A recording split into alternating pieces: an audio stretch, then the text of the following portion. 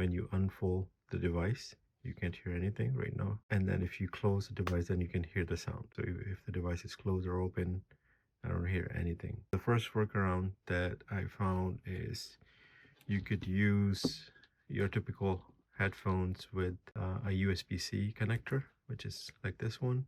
I'll link below, and this is a good option to go. But if you don't want to have anything connected to the device, if you don't want to have anything like wired connection, then the second option is you could get the Google headphones. You can connect with them and they work wirelessly.